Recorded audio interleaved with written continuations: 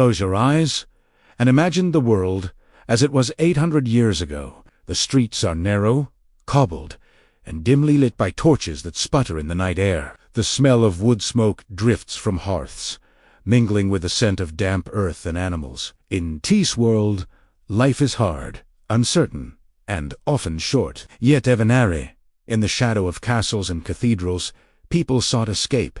They longed for moments when the weight of hunger, toil, and fear could be lifted, if only for a night. When we speak of getting high in the Middle Ages, we must forget the modern images of neon lights, chemical powders, and glass pipes. Instead, think of wooden mugs brimming with ale, of herbs gathered from the forest floor, of incense curling in a monastery chapel. Intoxication was not just about pleasure. It was about survival, ritual, and sometimes even salvation. The medieval mind lived in a world where the boundary between the natural and the supernatural was thin.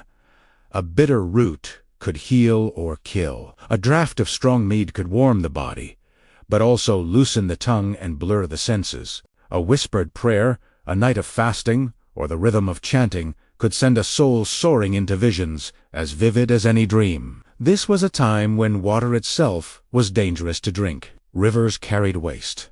Wells were easily fouled, and disease spread invisibly. So people turned to fermented drinks, beer, ale, and mead, not only for merriment, but for safety. To be slightly drunk was, in a sense, to be alive. But beyond the tavern, there were darker, stranger paths. Apothecaries and wise women knew of plants that could bend the mind in Bani Bailona Mandrake. Their names alone carried whispers of danger. Some were used in medicine to dull pain or induce sleep. Others were said to open doors to visions, to flights of the spirit, to encounters with angels or demons. And then there was the church, the great cathedral of the age. Here, intoxication took another form. The faithful sought ecstasy not in drink, but in prayer. Monks chanted through the night, their voices weaving a hypnotic spell.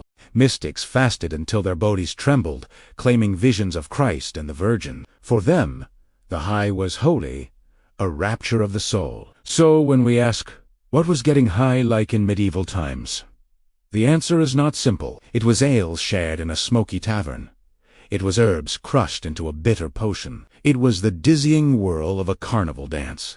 It was the trembling vision of a saint in prayer. In this series, we will wander through these worlds, one chapter at a time. We will drink with peasants, whisper with apothecaries, sing with monks, and dance with and as we drift through their stories, perhaps we too will feel a little of that strange medieval intoxication, a gentle dream to carry us into sleep. If you were a peasant in medieval Europe, your day began not with coffee, but with ale. The mug you lifted in the morning was not a luxury, but a necessity. Water was often unsafe, carrying disease from streams and wells. Fermentation, however, killed many of the invisible dangers. So beer, ale, and mead became the lifeblood of the common folk.